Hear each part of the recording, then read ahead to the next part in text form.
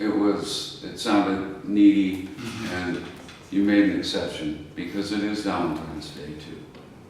And you have your obligations.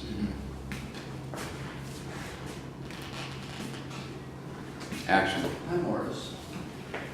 Hi, Dr. Plum. Listen, I'm surprised to get your call. yeah, I didn't mean to bother you on Valentine's Day. I'm sure you have things to do, and I really appreciate you coming in. Of course. Do you, just real quick, do you want this to be instead of Thursday, or do you want it to be in addition to Thursday? Will I see you again? Yeah, I think in addition at this point, if that's all right with you. That's great. I just wanted to know whether Yeah. we were trying to, Yeah. what's going on? Well, Happy Valentine's Day. yeah, happy Valentine's Day to you too. It's actually not really that happy for me. You know, I've been in denial for a while, and I was pretty angry at you at the beginning. I'm sure you caught on to that. And the last week, I'm sure you know, Adam probably told you, or you and Adam worked it out. Adam set it up that I was surrounded by these actors feigning to be sex addicts, and I was very uncomfortable, as you must imagine. But yeah, you know, Adam said something to me that was right. Actually, he said that all these women that I've been fucking, you know, maybe I use it as an excuse because my wife Ruthie didn't recognize me, but maybe it was really more that I just felt like I couldn't handle the fact that, let's say my son was a homosexual, so I just figured if I just got laid enough, you know, maybe it would just sort of push his homosexuality away, you know, like the more I just fucking grinded, you know, the more like Your masculinity would just, you know, like, make him virile. like vicariously. And Adam, son of a bitch who I've been mean to, in front of all these other people, who I personally I could have done without, but he said it. And I've been thinking about that all week, and Well, what did you do today? well, today I went to my wife's grave, and Ruthie? yeah, Where's she buried? she's buried over on Harper's Hill Cemetery. It's been 5 years now, and What kind of stone? Is it a stone or is it? yeah, Plaque? and it's a stone, and I have a little money, and I put up a plaque, but What color is it? like, The stone. oh, it's like granite. Mm-hmm. But I guess I never told you this, but Ruthie died on Valentine's Day. Oh, So sorry to hear it's not just that I don't have somebody to love today, Mhm. when it seems like the rest of the world does. that. Well, you do have someone to love. She's just not here. And you have your son to love. Yeah, but this is also an anniversary of her death. So I laid down like her favorite set of roses. She loved this certain kind of rose. What kind?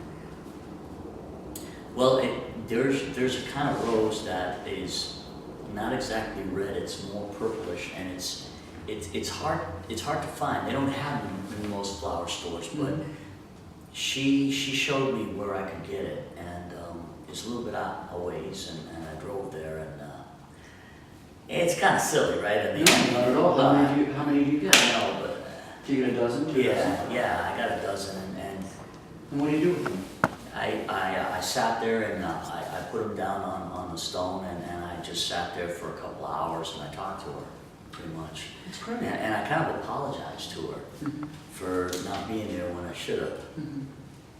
Because the fact is, maybe what Adam said is right, you know? Maybe I just was so fixated on my son being gay, which is something that Ruthie saw a long time ago, and she accepted it. It didn't threaten her, and it threatened me. It was like there was something wrong with me as a father if my son was gay. And so I just figured I had to fuck every vagina with a pulse to get, to sort of, just sort of. Right, you covered that. Yeah, but I thought I was doing it because I was hurt by her having Right, Alzheimer's. but you were doing it to try to vicariously instill masculinity in your son. But see, by doing so, Mm-hmm. I hurt her. Right. And I never meant that, see, and now she's dead and I can't apologize. Well, you can. It's the worst thing in the world not to be able to apologize to somebody because they die first. Mm-hmm. Because you're stuck.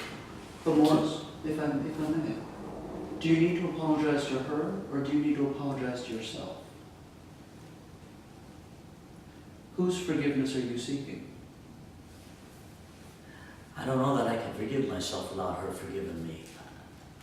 I don't know that I have the capacity, and I Why can't. not?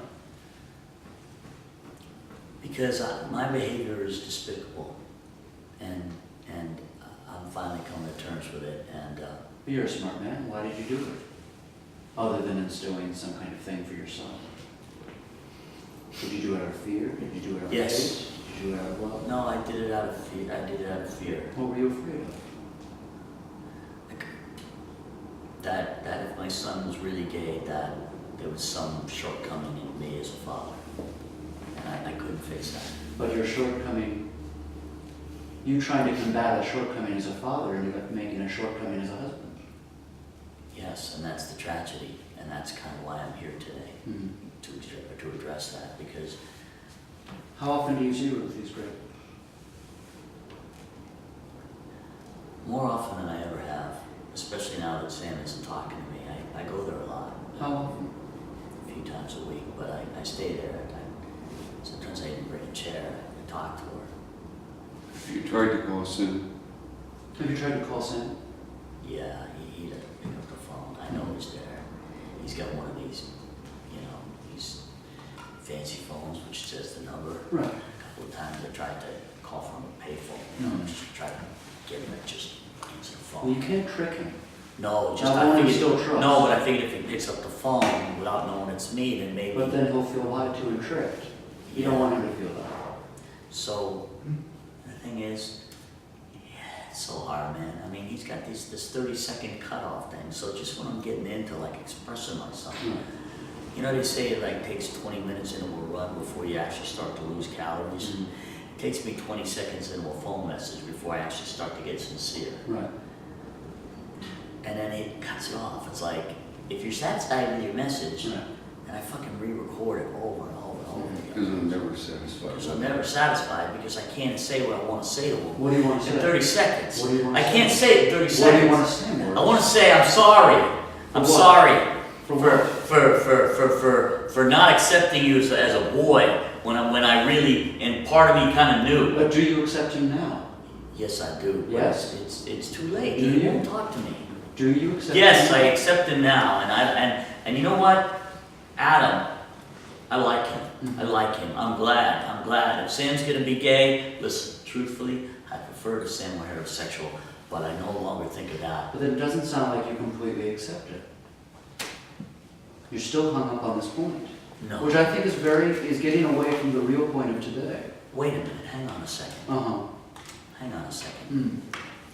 A father cannot necessarily be thrilled with choices, A father's duty is to love and protect his and son. I do. But a father doesn't have to be. The father's love doesn't stop Mm-hmm. just because his son makes choices he doesn't agree with. Mm-hmm. I know what you're going to say. You're going to say being gay is not a choice. Fair enough. But it is a choice. But it is a choice to be gay for you, in your eyes. It was a choice for him to come out and be honest to you. Yes. But that doesn't mean I don't love him. And Mm. that doesn't mean I don't want to have a relationship with him. But you condemned him. Dr. Bloom, I'm not sure if you're trying to make me feel worse or trying to give me hope. I'm trying to get you honest. I think When- I'm more honest today than I've ever been in my life. Do you sense that? I do. But here's what I see, Morris. You're trying to ask something of your wife that she can't give you. Because she's dead. Right. Right. But the person who's alive you won't just ask that one simple question. Which is, Do you forgive me? And I love you. how do I convey that? You just say it. And It doesn't need to be a 30-minute message. Hello, this is Sam. Sorry I can't come to the phone. Please leave a message leave and a I'll call you message and I'll back. call you back. Beep. And Sam, you don't need to call me back. I need... Why are you prefacing it? Go straight to the point, Morris. Okay. If you could have your wife back for 5 seconds, if Ruthie could be back with you, if she could hear one thing from you, what would you tell her? Ruthie, I've been unfaithful to you multiple times. That I feel ashamed of it. It was wrong of me. And if you could find it in your heart to forgive me, I would be the happiest person in the world, and I would try to devote the rest of my life to making you the happiest woman and deserving of all the love that should come your way. That's what I would tell her. What would you mean? Um, You said that's what I would tell her, as if... That's what I would mean. I don't get you. Sometimes you comfort me, and sometimes you challenge me. And sometimes you're challenging me. Do you want this? So It almost what would you- seems like you think I'm being disingenuous. No. Well, if I just told you what I would say, Mm-hmm. with no affect, We don't always say that what we mean. Well, why would you say, what would you mean? Why would you say that to me? Because sometimes I could say one thing. But But you what saw I- the way I was saying it. It was Mhm. hard. I rambled. It was honest. I didn't say it was dishonest. No, I know, but what would you mean? Sounds like you're implying it could be dishonest. Is that, I don't get that about you. Morris. Yes. You could mean, underneath all of that, you could be saying, forgive me. You could be saying, I'm sorry. You could be saying, I can do better. There's a variety of things you could mean. All three of those.